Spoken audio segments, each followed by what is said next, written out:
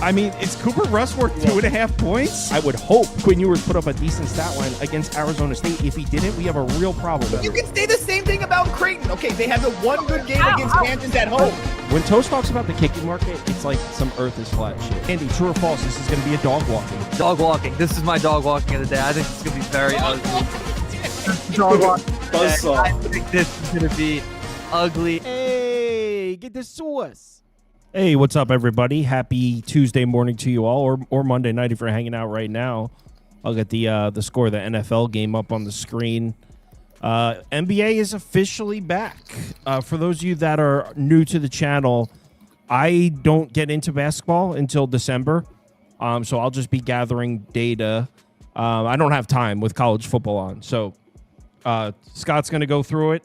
We'll get Chris on also. I'll have guests on, and we'll be covering the NBA. I personally won't be getting into it until December. I'll just be getting my spreadsheets ready and all that. So, all right, there's the NFL score up on the screen. Scott, how's it going, man? How was your weekend? Going pretty well. I do have to point out, though, it looks like you have a bit more free time for the NBA based on the hat that you're wearing. Oh, yeah, that's right. I didn't even realize this was a Mariners hat. Yeah, Mariners blew a lead. I actually bet that, too. Mariners money line. I gave out Springer home run, so can't complain too much about it. Did he hit one? He hit the 3-run homer to give him the lead in the seventh. Oh, did he?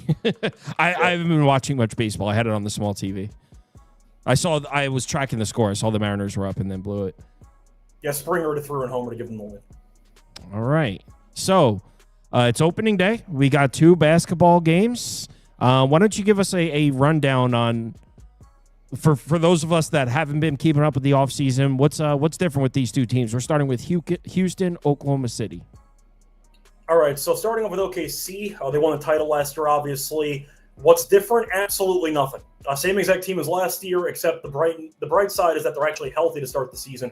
Hardenstein and Chet are healthy to start this year, but roster-wise, exact same team, just won a title, very young roster, no need to do anything different. So the Thunder are the exact same team as last year. For the Rockets, they got Kevin Durant. So that's the first piece of the puzzle for the offseason. Will Durant fit in?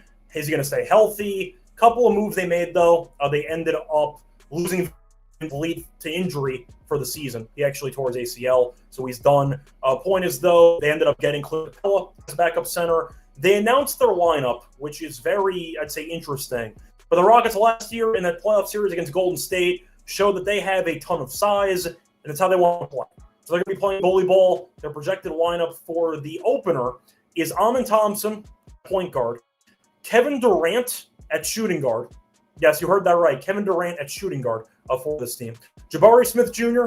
at small forward. Wow. Şengün at power forward. And Steven Adams at center. Does this team have any spacing at all? Doesn't look like it. But they are going to beat you up on the boards every single game. So we're going to see how it works out. But right now, Durant is the listed shooting guard opening night. Well, I mean, this is just for opening night because, I mean, I suppose the weakness of this Oklahoma City team the last couple of years, and again, I haven't looked at it this year, but the weakness has been rebounding the last couple of years. If there's one area of the game where you could beat Oklahoma City, it's on the glass. So maybe they're coming out and just going to dominate the boards in this game. I don't know how they could possibly run with OKC with that lineup, though. That's kind of how I feel. Segueing into the side, I like OKC on ring night to get the job done here. I think 7's reasonable. I'll take it. We know OKC was a phenomenal home crowd the entire season. Saw that in the postseason as well. You're looking at the Thunder in the regular season last year, including the playoffs, actually. 37-15-2. ATS at home. They were laying double digits in a ton of those games. They buried teams regularly at home. Rockets got Durant, but with Van Vliet being out, I question the actual backcourt. Amen is a very good player. Is he a point guard? No. So you have a bit of Reed Shepherd in there. We'll see what they end up doing. Do I like the spacing with Şengün and Adams together? Not really. And who's going to guard Shea? It's probably going to be Amen. If he gets into foul trouble, they got problems. The Rockets, I think, will be a good team as the season goes on. But opening night with all this size and really not enough shooting, I just see a problem matchup for them. I'll get OKC -7 in this game. Let me ask, though, why is it only 7? The defending champions at home, I don't understand why it's only 7, especially with no Van Vliet, no Finney Smith, no Jay Sean Tate. Why doesn't this feel short? Well, to be fair, it was 7.5 in some spots. There's some mystique involving the Rockets because we don't exactly know how Durant is going to look in Houston. So you could argue that if Durant ends up meshing well from the get-go, this team offensively addressed the biggest issue that they had. So the point is they're looking at the Rockets, who were a very good team last year, who now got better. Maybe Durant puts them over the hump. So I do think there's some optimism in the market from Houston. I'm not as high on the Rockets as other people, but I think to answer your question, it was 7.5 in some spots, so you can still once again find bigger numbers. I found a 7, but I feel like teams are optimistic on the Rockets. I'm a bit lower on them early. I think they're not going to immediately hit the ground running. I think it'll take some time to work itself out. I remember last year there was a period where we just couldn't trust the Rockets when Van Vliet was out. They just didn't have a ball handler. I mean, having Thompson certainly helps. It still doesn't seem like they have a ton of ball handlers there. Yeah. And that's the problem, because you're looking at SGA or looking at Caruso. Right. They have so many guys that can just pickpocket anyone. I think it's going to be a miserable time for these actual guards of Houston to just get comfortable. I see OKC hounding all their guards. Houston just recovered a fumble for the touchdown in the end zone, by the way. They sacked Darnold in the end zone, touchdown. That score on the screen's about to change to 17-12. Sorry to cut you off. Go ahead. Oh, no, it's fine. It's all good. I know people care more about Monday Night Football anyway. But the point is, as you mentioned, most people, maybe just you, care December onward. So once again, show must go on and all. But Monday Night Football comes first. We know what the drill is. But yeah, once again, I think Houston's backcourt for this defensive juggernaut that OKC has, I think they get blitzed in the first game. They might figure it out, but first game, it's a really bad matchup for this backcourt that Houston has. Yeah, I mean, you already know the game plan. They're just going to sprint up and down the court, and I don't think Houston can keep up. I don't really understand this one fully. I'll have to get a glimpse of this Houston team before I get a feel for it. Like I said, I'll just be gathering data for the first month or so of the season. Second game, Golden State, LA. So tell us, what differences are we looking at from these two teams? So can I interest you in Al Horford a front court with Draymond Green, because that's what we got for the Warriors. Butler's actually healthy. So we saw Golden State last year. Once Butler got there, they went on a massive run. Then Curry got injured, and they immediately fell apart. So they have Curry and Butler healthy again. They still have Draymond. They still have the bench is mostly intact. They got Kuminga back, paid him a ton of money to come off the bench, even though Kerr benched him for a couple of big games in the regular season down the stretch. For the Lakers, look, they still have Luka. They do not have LeBron. LeBron's injured. He hurt his back, so he'll be out for a couple weeks. So you're looking at the Lakers, who now have DeAndre Ayton at center. Can I interest you in DeAndre Ayton? I feel like most people are not interested in DeAndre Ayton. I don't hate DeAndre Ayton. He just doesn't really move the needle for me either way. That's kind of how I feel, but the main issue I have with this Lakers team, they're going to be a mess defensively.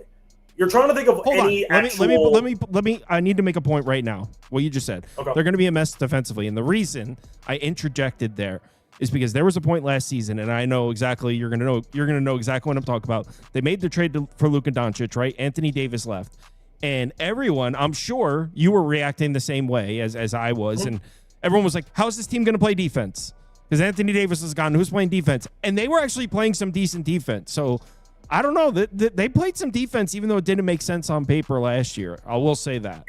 It depends how you look at it, because initially they had a defensive bump, and then Minnesota torched Luka the entire first round, and it was embarrassing. So I think at the end of the day, the Lakers are a team that will not be that great defensively. Their bench is okay. They have some different lineups they can use, but at the end of the day, when you have Luka and Reeves and post-prime LeBron, Rui, and you also throw in Ayton, that's a miserable defensive lineup. Right. Like, I think we're going to get torched on a regular basis. The problem is, or the question is, can they outscore these teams? Without LeBron, you could argue they might play a bit faster. I don't agree with that, because I still think Luka, I know he lost a bunch of weight allegedly, but I still think he wants to play slower in the half court. I see Golden State wanting to play slower as well with their aging core. I kind of like the under in this game, actually. I do think Golden State should be favored. I think that they are the better team with LeBron being out. But with the opening game, with the veterans on the roster, I really just don't see a track meet breaking out. I do think you're going to see a lot of half-court offense, Luke trying to operate in the pick and roll. You're looking at the Warriors trying to get a lot of classic Warriors plays with half-court offense, Butler cutting back door, Draymond pick and roll stuff. I just don't see the pace being there. The Lakers last season ranked 21st in pace. The Warriors ranked 18th. And I like this Warriors team defensively. You throw in Butler with Draymond, and you also throw in Horford. That's a pretty good defensive front court. I think this game will be a bit more low scoring than people think. I think the pace will drag this game down. I see one quarter potentially sabotaging the over for people. Give me the under at 226.5. I will say, though, coming off the bench for the Lakers, it looks like they do have some pieces that can play defense. Gabe Vincent, Marcus Smart, Vanderbilt. Those are guys that can play some defense. So maybe the second unit is their defensive unit. Or maybe I was going to say, Vanderbilt might start some games to try to help with the defense, but he's in foul trouble all the time. He's also never healthy. Marcus Smart, I think, is more of a name brand guy at this point. I mean, he's flamed out of a couple of teams since his run with the Celtics. He's injured a lot, too. They're gambling a lot on some guys who can maybe help as role players who can't stay healthy to kind of piece together the roster. I'm really not as high on the Lakers as most people are, or at least the public is. You see Luka, you see Reeves, you see LeBron. You think, oh, Pacific Division champions. I don't see that at all. I think they're a pretty decent Western Conference play-in team. I think they're a 5 or a 6 seed, personally. It wouldn't shock me if they were a fringe play-in team. Yeah. Under sounds good. Like I said, I'm not. I'll put it under up too. I'll tell you. But yeah, I won't be doing NBA for another few weeks. So, Scott, where can they find you? Yeah, find me on Twitter at Reichel Radio. Find me on SGPN. Doing a bunch of podcasts there. Tennis Gambling Podcast, NBA Gambling Podcast, MLB Gambling Podcast, bunch of shows. Do a prop show as well with Adam. So check out NFL stuff. Swept the episode tonight for Monday Night Football, which was nice. But once again, a bunch of shows. Find all my picks for free. Don't charge anything. Find all my picks for free at Reichel Radio. Cool. Yeah, that's his Twitter right there on the screen. And if you guys are interested in listening to me talk about the 2 Conference USA college football games, there's a video uploaded already. So I talk about it's Western Kentucky, FIU, all the goodies are playing tomorrow night. 2 Conference USA games. There's a video up right now.